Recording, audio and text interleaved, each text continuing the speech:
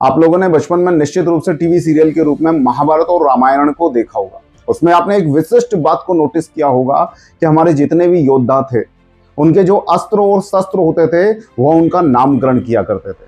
उनके जो अश्व या रथ होते थे उनके भी नाम रखते थे, अर्थात प्रत्येक उपयोग की जाने वाली वस्तु को वो संबोधित नाम विशेष से करते थे।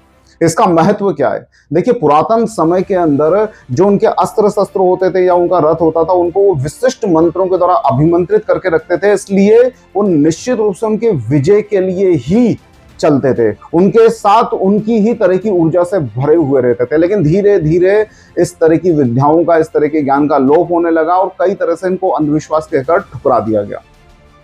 लेकिन आप ये निश्चित मानिए कि अगर आप किसी को नाम से संबोधित करते हो तो निरंतर बार बार आवृत किए जाने पर वह ध्वनि तरंगें आपके भाव के साथ जाकर उस चेतन और अचेतन से जाकर टकराती हैं और उसमें समाहित होती हैं। आपके जो भाव है निश्चित रूप से उस सामने वाली वस्तु, जो चेतन हो चाहे अचेतन हो, उसके ऊपर असर डालती है, उस पर प्रभाव डालती है। तो जब ये आपका वाहन होता है, आपका घर होता है, आपका कोई विशिष्ट उपकरण होता है और इसको आप बार बार उसके नाम से पुकारते हैं, तो वो धीरे धीरे आपके साथ एक एनर्जी कनेक्शन क्रिएट करता है और ये श्योर होने लगता है कि जिस काम के लिए आप उसका उपयोग कर रहे हैं, उस काम के लिए वो आपका साथी हो जाए और अधिक निपुणता से आपका कार्य कर सके। ये बात सुनने में बहुत अजीब लगती है, लेकिन यही सनातन विज्ञान है और इसी के आधार पर नामकरण के द्वारा विशिष्ट विधियों से किसी वस्तु को विशिष्ट रूप से अभिमंत्रित किया जाता है।